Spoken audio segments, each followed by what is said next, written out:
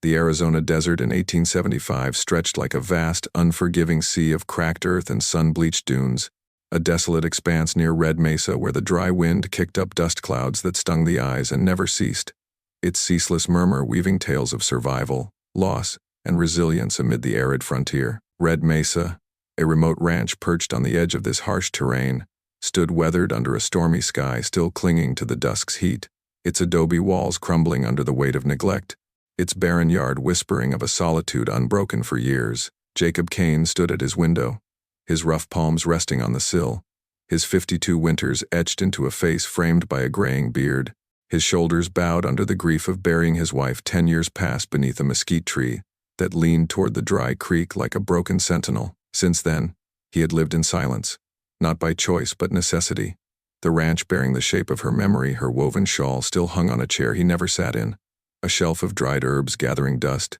the bed cold on her side. A son, lost to a bandit raid, had stopped him from dreaming of family. Instead, he mended fences, tended a lone horse, and kept to himself. The town whispered of the quiet cowboy who rode in once a month, speaking only for coin, some calling him hardened by loss, others saying he'd always been that way. He'd been out since dawn, as was his ritual, checking the southern boundary after a storm had battered the mesa 2 nights prior, the parched earth threatening to crack further under the strain.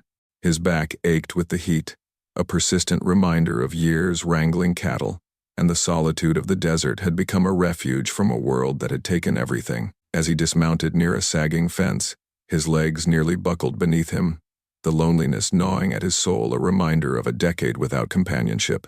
He tied his horse to the weathered post and took a deep breath, bracing for another solitary evening, when a faint sound broke the stillness, not the howl of a coyote or the rustle of wind, but a human cry, weak and desperate. His head snapped up, scanning the horizon, squinting against the glare. Movement caught his eye, a group of figures staggering through the dust, their silhouettes faint against the fading light. Instinct surged through him, a rare break in his calm.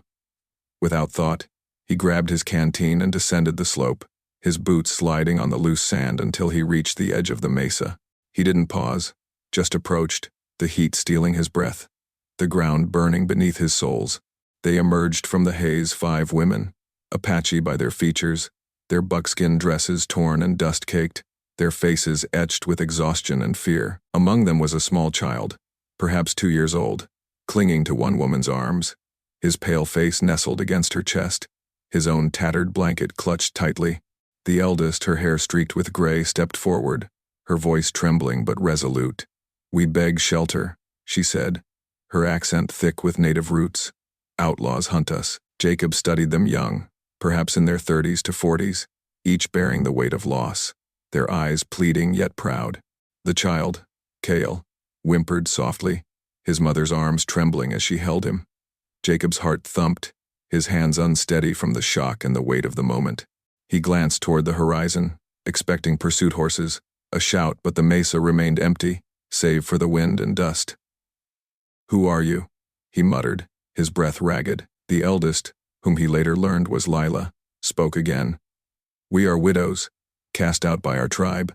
They seek us for a secret we guard." Her words carried a burden he didn't yet understand. He couldn't turn them away, too weary and fragile to survive the night. His ranch, a half-mile uphill, offered shade, water, and a roof. Ignoring the ache in his back, he gestured them forward. "Follow me," he said, his voice gruff but kind. They moved slowly, their steps faltering, and he supported the mother with the child, her head resting against his shoulder, her breath feathering weakly against his neck. Through the dunes, he reached the ranch, its cool interior a stark contrast to the heat he'd soon banish. Inside, he laid blankets on the floor, offering them water from his dwindling supply, his hands trembling as he poured. Kneeling by the hearth, he struck a match, his hand still dusty and unsteady, the flame catching slowly. Once it took, he stood and met their gazes. They watched him, silently, their eyes a mix of gratitude and wariness. "You're safe here," he said, his voice low and even.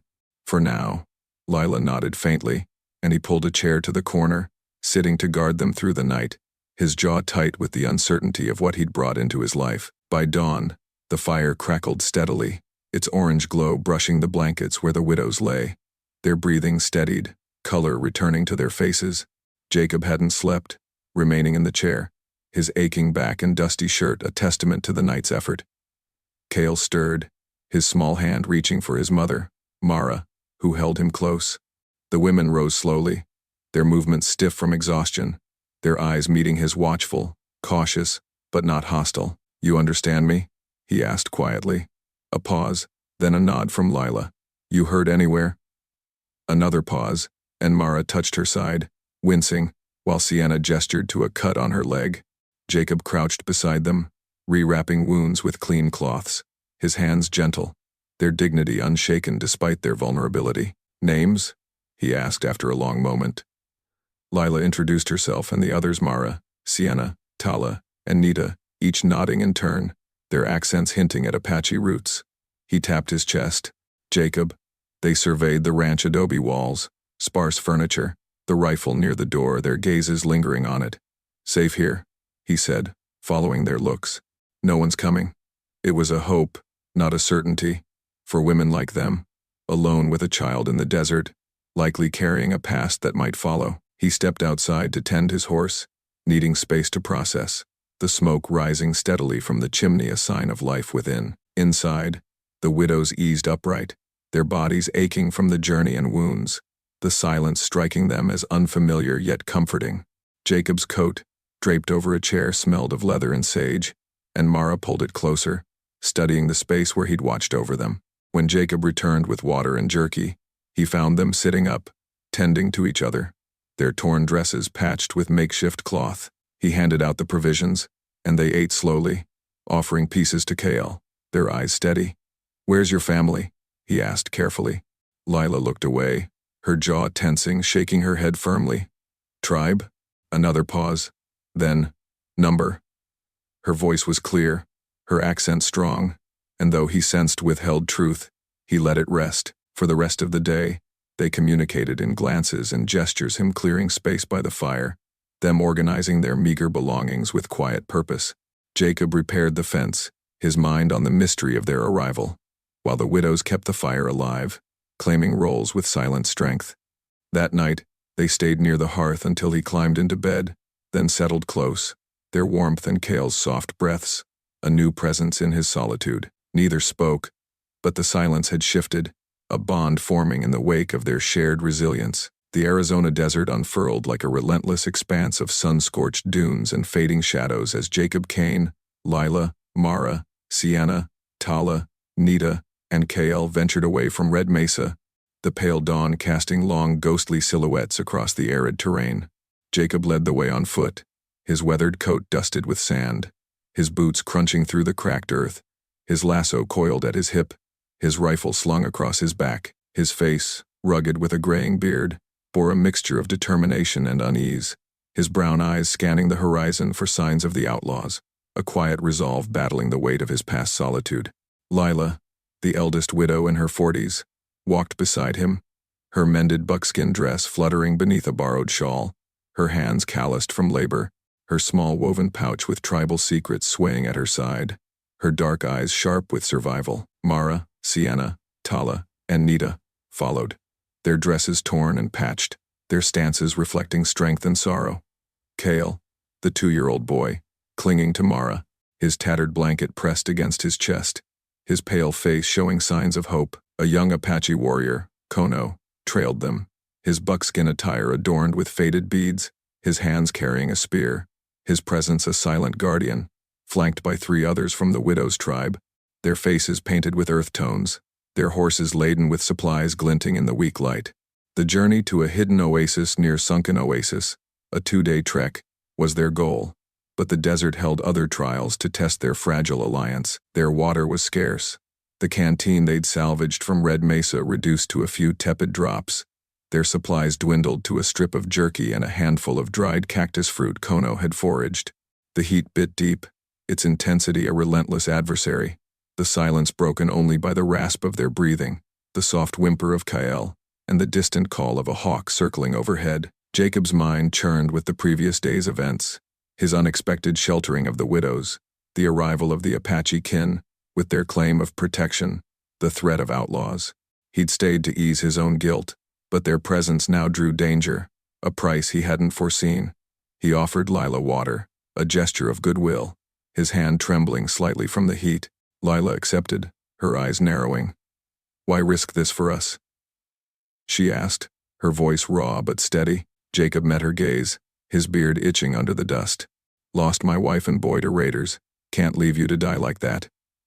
Lila's expression softened, but suspicion lingered, a reflection of a life shaped by loss and survival. Kono and the warriors walked with a quiet dignity, their buckskin garments rustling softly, the woven pouch Lila carried catching the fading light. Kono shared their story as they moved, his voice low and resonant. "Outlaws raided, our camp stole our goods, killed our men. These widows fled with Kale to escape.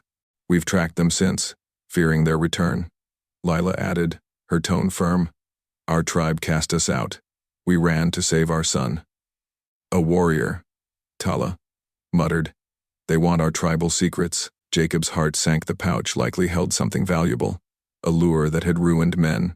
But the widows' lives and Kale's safety were worth more. "I'll keep you safe," he said, his resolve firming, though doubt gnawed at him about the pouch's contents. Their progress halted at midday when they reached a trading post tucked into a shallow gully desert crossing, a haven for outlaws and wanderers. Jacob needed supplies, his stores depleted after the widow's arrival, but Lila tensed.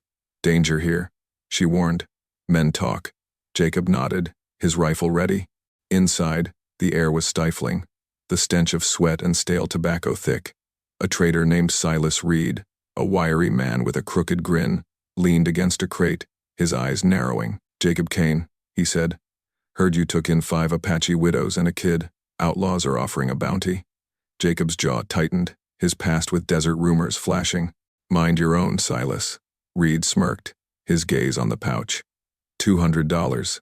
Says I tell them where you're headed." Lila's pouch flashed, striking Reed's arm, forcing him back. "Speak, and you bleed," she hissed.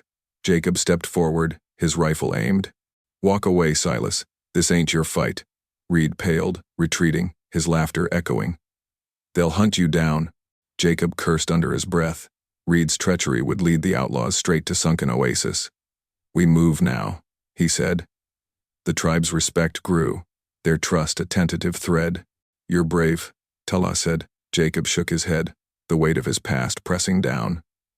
"I've been alone too long." The ambush came at dusk. Hoofbeats thundered through the sand, and 4 outlaws led by a scar-faced rider named Cole surrounded them near a rocky outcrop. "Hand over the widow's cane," Cole barked, his rifle raised. Jacob fired, his shot grazing Cole's arm, sending him staggering. Mara threw a rock, striking another's shoulder, while Kono's spear felled a third. Jacob's second shot dropped a rider, the outcrop falling silent save for the wind's moan. The 4th fled, shouting threats. "They'll burn you out." They took cover behind the rocks, bandaging minor cuts, the heat seeping into their exhaustion. Kono's eyes met Jacob's, his suspicion easing. "You fight for us," he said. Jacob wiped dust from his brow, his beard itching. "Ain't right what they did. I've got regrets of my own." Mara nodded, her pain surfacing. "They killed my husband for this pouch." Jacob's breath caught. The relic was the key, a prize worth killing for. "We'll keep it safe," he said, his resolve hardening. Their bond deepened as they rested, Jacob sharing his canteen, Kono offering cactus fruit from his pouch. "What's in that pouch?" he asked. Lila held it up, its symbols glowing faintly. "It holds our sacred rights. They want them to sell." Jacob's heart ached, his losses echoing theirs. "I lost my family to raiders, lived alone since." Nita's gaze softened. "We're all scarred then. Maybe we heal together." The night stretched ahead, the desert vast, but the threat of the outlaws grew. Jacob taught Sienna to use his lasso, her hands steady despite her past, their partnership a lifeline. Kono showed him Apache desert signs, their trust aflame against the desert's grip. "You're strong," Jacob said. Sienna smiled, a rare light in her eyes. "You too, friend." The tribe watched, their kinship deepening, a family forged in the crucible of the desert, but the peace was fleeting. Hoofbeats returned, closer now Cole and his men, relentless as the heat. Jacob chose a defensible dune, setting up with the tribe behind rocks. "We fight if we must," he said, his rifle ready. Kono nodded, his spear poised. Cole's men appeared, their rifles glinting. "Last chance, Kane," Cole shouted. Jacob fired, his shot dropping a rider, but an arrow grazed Kono's leg, drawing a cry. Mara shielded him, her pouch a talisman, while Tala's spear felled too, forcing the attackers to retreat. They bandaged Kono's leg, Jacob's hands gentle. "You're all my family now," he said. Nita's eyes met his, a warmth breaking through. "And you're ours." The desert tested them, its sandy trials forging a bond, but the outlaws' wrath loomed larger, a storm they'd face together. Sunken Oasis was near, but so was their reckoning. The Arizona desert stretched like an unforgiving ocean of sun-scorched dunes and cracked earth, its surface baking under the relentless glare of a midday sun that churned the air into a shimmering haze of dust and heat, the horizon wavering with mirages of desperation. Jacob Kane, Lila, Mara, Sienna, Tala, Nita, and Kale pressed onward, the wagon creaking behind Jacob's steady hands, the weary horse plodding through the dry sand with a labored gait, its breath a faint gasp in the stifling air. Jacob's weathered coat clung to his broad frame with sweat, his boots sinking into the parched soil, his lasso coiled at his hip, his rifle slung across his back. His face, rugged with a graying beard, bore a determined set, his brown eyes scanning the horizon for signs of the outlaws, a quiet resolve battling the weight of his past solitude. Lila, the eldest widow in her 40s, walked beside him, her mended buckskin dress fluttering beneath a borrowed shawl, her ankle still bandaged from past strain, her small woven pouch with tribal secrets swaying at her side, her dark eyes sharp with survival. Mara, Sienna, Tala, and Nita followed, their dresses torn and patched, their stances reflecting strength and sorrow. Kyle clinging to Mara, his tattered blanket pressed against his chest, his pale face showing signs of hope. Kono, a young Apache warrior, trailed them, his buckskin attire adorned with faded beads, his hands carrying a spear, his presence a silent guardian, flanked by 3 others from the widow's tribe, their faces painted with earth tones, their horses laden with supplies glinting in the weak light. The hidden oasis near Sunken Oasis, their destination, was a day's journey. But the desert held other trials to forge their resilience. Their water was nearly gone, the canteen they'd salvaged from Desert Crossing reduced to a few tepid drops. Their supplies dwindled to a strip of jerky and a handful of dried cactus fruit Kono had foraged. The heat beat down, its intensity a relentless adversary, the silence broken only by the rasp of their breathing, the soft whimper of Kale, and the distant call of a hawk circling overhead. Jacob's mind wrestled with his past, his wife and son lost to a bandit raid, his years of isolation, a guilt that shadowed his every step. The presence of the widows and Kale, a mirror to his loneliness, stirred a compassion he'd buried, their resilience a challenge to his despair.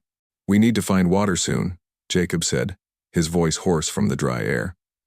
Kono nodded, pointing to a faint shimmer on the desert floor. "There's a dry wash ahead. It might hold a spring," he replied, his Apache wisdom guiding them through the wilderness. The tribe's silence, broken only by soft murmurs and the occasional rustle of supplies, hinted at their vigilance. The pouch Lila carried a burden they shared. They reached the dry wash as the sun peaked, its cracked earth a fleeting mercy against the scorching heat. Jacob checked the wagon, its wheels wobbling from the rough terrain, while Lila and a warrior named Tala scouted for signs of life, her movements aided by a makeshift crutch. The wash offered a shallow pool, its water brackish but drinkable, a rare oasis in the desert's grip. Jacob filled the canteen, offering it to Tala first, his hands trembling from the heat. "Drink, friend," he said, the word warm with care. Tala accepted, his eyes softening. "Thank you, Jacob," he murmured, a rare nod breaking through his stoic demeanor. The moment was brief, but it deepened their bond, a thread of trust weaving through their shared struggle. The desert's ordeal struck at noon. A sandstorm brewed on the horizon, a roiling wall of red dust that swallowed the sky, its roar a test of their endurance. "Get down," Jacob shouted, pulling Lila, Kale, and the wagon behind a dune, the warriors and horse crowding in. The storm hit like a living entity, its force tearing at their clothes, dust clogging their throats and stinging their eyes. Jacob shielded Cale with his body, Lila and the widows huddling close, the tempest raging for hours, leaving them buried in drifts, their water spilled into the sand. As it passed, the desert revealed a new peril, an outlaw trap, a snare concealed by dust, its metal jaws glinting near Lila's crutch. Jacob reacted instantly, yanking her back, the trap snapping shut inches from her. Kono's quick thinking with his spear dislodged the mechanism, saving them. Good save, Jacob said, his respect for them growing. Lila nodded, her gaze steady. The desert tests our spirit, she replied. That night, they camped in the wash's lee, a small fire their only warmth, its glow casting shadows on the sandy walls. The storm had delayed them, the oasis still a day away, and Jacob's mind churned with guilt. His family's loss, his years of isolation, now this family's fight. Sienna offered him a cactus fruit, her hands gentle. You fight for us, she said. Why? Jacob poked the fire, his face shadowed. I turned away from help once my wife and boy paid for it. Can't do that again. Cale's eyes, though weak, softened, his small voice whispering, Papa, a word that pierced Jacob's heart. The confession hung heavy, a mirror to Jacob's regrets. Strength ain't just in surviving, he said. It's in standing together. Mara leaned against him, her voice small. This pouch holds our rights. They want them to profit. Jacob's heart ached, his losses echoing theirs. I lost my family to raiders, lived alone since. Tala's gaze met his, a warmth breaking through.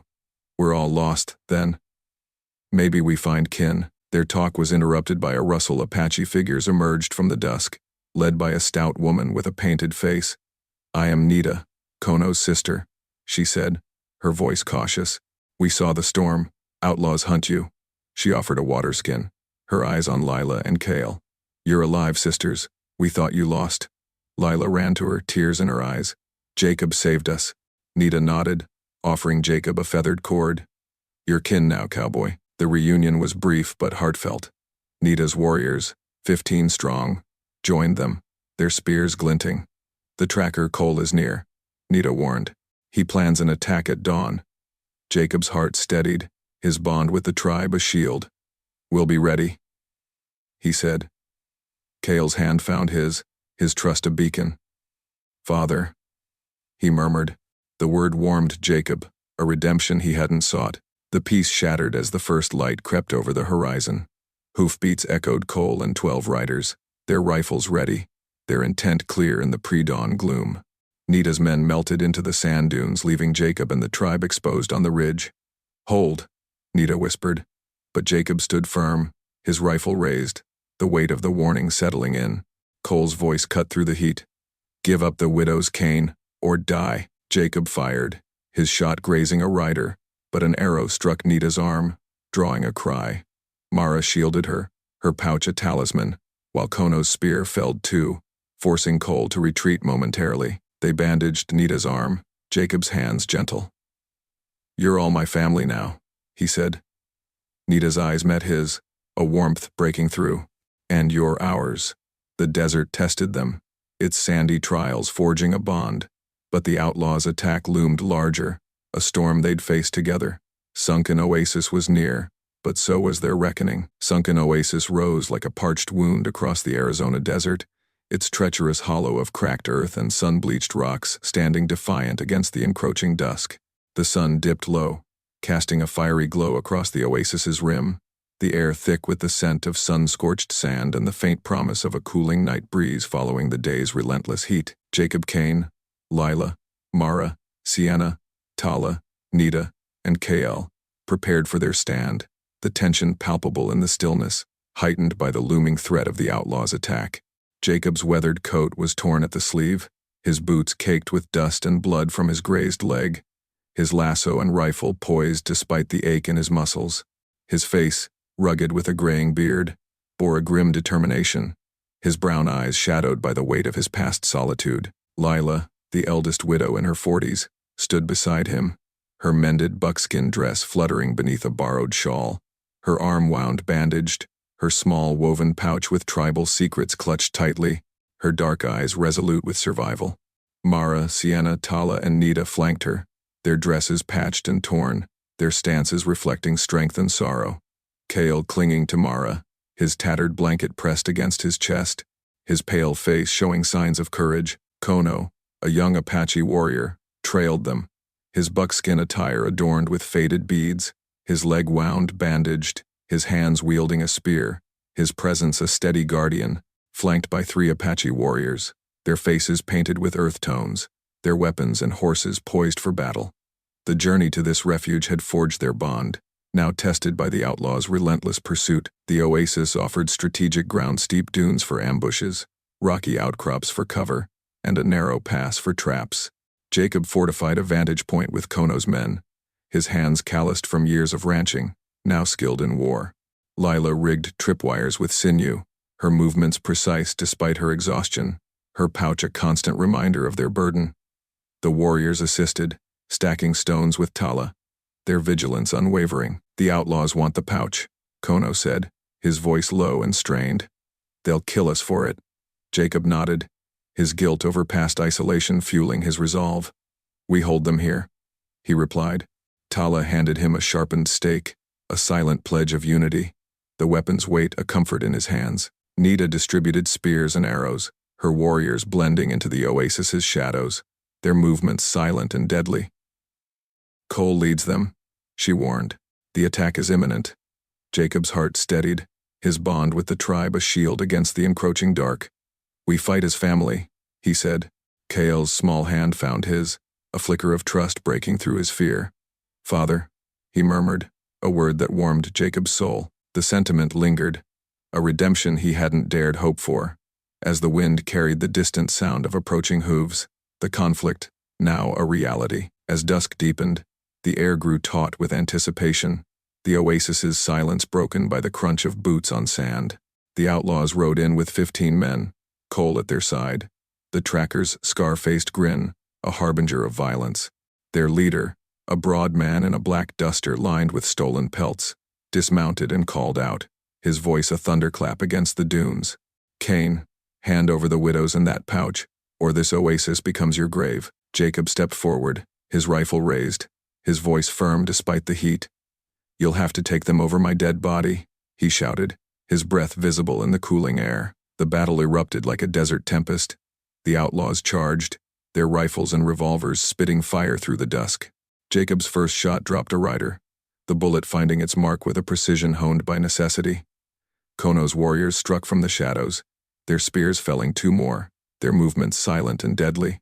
Lila triggered a tripwire, a dynamite cache salvaged from an old trader's stash exploding and sending a shower of sand and rock, scattering the attackers. But the outlaws' numbers were overwhelming, and Cole's rifle was a relentless predator, his bullet grazing Jacob's arm, drawing a sharp hiss of pain. Nita pulled him behind a dune, her arm wound seeping anew. "Stay alive," she growled, loosing an arrow that struck a man's chest, her aim unwavering despite her fatigue. The oasis became a battlefield, its echoes ringing with gunfire and the thud of falling bodies. Jacob fired again, dropping another rider, the heat numbing his hands but not his resolve. Kono's warriors fought with primal fury, their spears piercing the fray, while Tala and the warriors lobbed rocks, their forms a surprising force against the sandy terrain. But the outlaw leader's voice cut through the chaos. "Lila, give me the pouch's secret, or they all die." He held a pistol to Kono's head, the warrior's spear shattered, his eyes defiant. Lila's heart sank, her pouch clutched tight. "No," she cried, her voice raw with emotion. Jacob's mind raced. He couldn't lose another family. He signaled Kono's men to hold, his gaze locking with Lila's, a silent plea for a plan. Mara stepped forward, her stance defiant despite her wounds.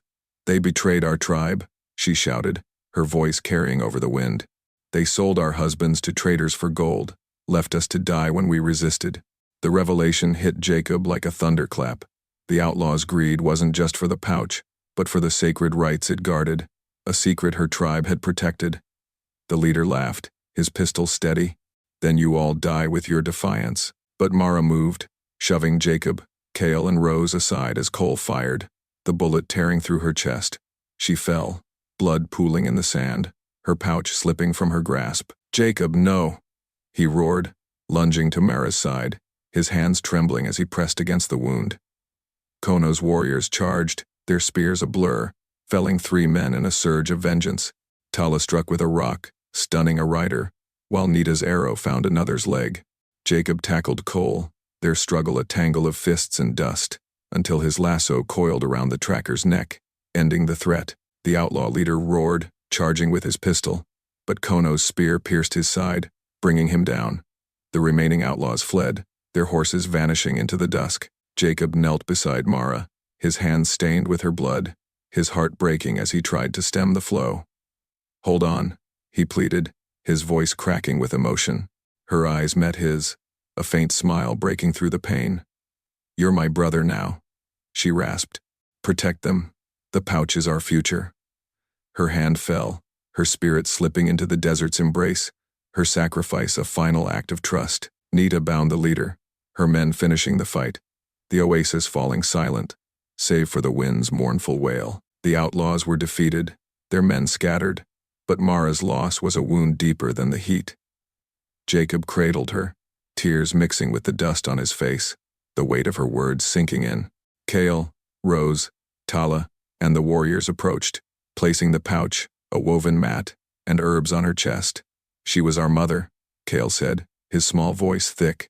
"Now she's with our ancestors." The Apache carried her to a pyre, their chants rising, a tribute to her courage that echoed through the oasis. Jacob stood, his guilt eased by her forgiveness, his promise to protect Kale and the others a new purpose. The oasis smoldered, the air heavy with loss and victory. Nita offered Jacob a place with the tribe, and he nodded. "I'll honor her at the oasis," he said, his voice steady. The journey to Sunken Oasis had broken the outlaw's grip, but Mara's sacrifice would resonate in the desert's silence. Jacob's redemption was hers, and the pouch, her people's legacy, would remain guarded. The dawn broke over Sunken Oasis, a fragile light spilling across the sun-scorched dunes, where the embers of Mara's pyre glowed like the last whispers of a fading hope. The air was thick with the lingering scent of smoke, and the dry, earthy aroma of the desert, the vast Arizona landscape reclaiming the battlefield with a quiet, unyielding peace. Jacob Kane stood at the oasis's edge, his weathered coat torn and dusted with ash, his boots planted firmly in the cracked earth, his lasso and rifle resting against a boulder. His face, rugged with a graying beard, bore the weight of grief, his brown eyes glistening with unshed tears, the guilt of his past solitude softened by Mara's final words. The woven pouch with the tribal secrets, Mara's strange reward, hung around his neck on a cord, a symbol of the kinship that had brought him to this moment. The outlaw leader, bound and defeated, slumped against a rock, his claim to power shattered, his greed no match for the courage of a cowboy and his adopted tribe. Kyle, the 2-year-old boy, clung to Jacob's leg, his tattered blanket pressed against his chest, his pale face reflecting a mix of sorrow and newfound strength. Lila, Sienna, Tala, and Nita stood nearby, their faces etched with both loss and pride, the hope of their legacy burning bright. Kono, Nita, and the Apache warriors gathered around, their painted faces mirroring the resilience of the desert. The Apache warriors, led by Kono, moved with a solemn reverence, their faces reflecting the oasis's rugged hues as they gathered around Mara's pyre. The flames had dwindled to a gentle glow, the sand around it darkened by melted wax and ash, a testament to her sacrifice. Kono knelt, offering a prayer in Apache, his voice a deep chant that reverberated through the dunes, honoring a mother who had transcended her role as protector and sister. Jacob watched, his hands trembling as he placed Mara's shawl once her shield onto the pyre, a silent vow to carry her legacy forward. Kale, Lila, Sienna, Tala, Nita, and the warriors joined him, adding the pouch, a woven mat, and a bundle of herbs, their offerings a tribute to her courage. "She saved us," Kale said, his small voice thick with emotion. "You kept her promise." Jacob nodded, the words a balm to his wounded soul, a redemption he hadn't dared to claim. The journey to the hidden tribal valley began, the warriors carrying the pyre's remnants through the oasis's sandy trail, its ashes a sacred burden. The path was treacherous, the ground shifting underfoot, the heat of the day giving way to a cooling breeze that carried the promise of renewal. Jacob walked with them, his back aching from the graze but his spirit lifted by their unity. The valley emerged a sheltered expanse nestled between towering mesas, its floor dotted with saguaro cacti and a faint shimmer of a spring fed by an underground aquifer. The Apache survivors greeted them, their faces etched with grief for Mara but warmth for her savior. Nita led Jacob to the spring, its waters clear and life-giving, reflecting the cavern walls adorned with painted symbols and woven mats, a sanctuary Mara had died to protect. Her spirit guards this place, Nita said. You are kin. The tribe gathered around a fire that night, the valley's walls amplifying their voices as they shared tales of Mara's bravery. Her gifts to Jacob, her trust, the pouch were now symbols of her legacy, their weight heavier than the sacred rites they held. They offered him a place among them, their eyes reflecting gratitude and hope. You fought for her, Sienna said, handing him a woven mat. Stay, and find peace. Jacob hesitated, his mind drifting to his past, a cowboy broken by Raiders' loss, his wife and son's deaths, a guilt he'd carried like a stone. Mara's words, "You're my brother," echoed, her sacrifice a key to unlock that prison. I'll stay, he said finally, but I'll bring my skills to your valley. The days that followed were a blend of mourning and rebuilding. The Apache taught Jacob their ways, how to channel the spring's water for crops, how to weave mats from desert grasses, how to honor their rites with herbs by the fire. Kale became his shadow, the boy's small hands learning alongside Jacob's. Induxo, his laughter, a rare sound that softened the edges of his grief. Rose, guided by Leela, took to organizing the valley's defenses, her defiance turning into leadership. They constructed a small adobe home near the spring, its walls rising under their hands, a fusion of Apache resilience and Jacob's ranching skills. The desert, once a place of solitude, became a bridge between worlds, its silence broken by the tribe's songs and the trickle of water, a stark contrast to the hollow quiet he'd known. One evening, as the sun set, painting the valley in shades of orange and purple, Jacob stood at the spring's edge, the woven pouch a constant reminder. Kale and the tribal children joined him, holding a new pouch and a carved lasso crafted by the tribe. For us? Kale asked. Jacob nodded, his eyes misting as he handed them out. Your mother would want you to have them, he said. Kale smiled, a rare light in his young face. She gave us a home. The sentiment lingered, a bond forged in the crucible of the desert, strengthened by the promise of a shared haven. The tribe celebrated with a feast, their songs filling the valley, Mara's name woven into the melodies. Jacob learned her story in full, how she'd fled her tribe's exile to protect Kale, how she'd hidden the pouch to save their secrets, how her spirit now watched over them. His past, his failure to save his family, his years of isolation faded against her forgiveness. He wasn't just a cowboy anymore, but a guardian, a father to those he'd once failed. Nita approached, offering a carved wooden bowl. Lead with her strength, she said. Jacob took it, his hand steady.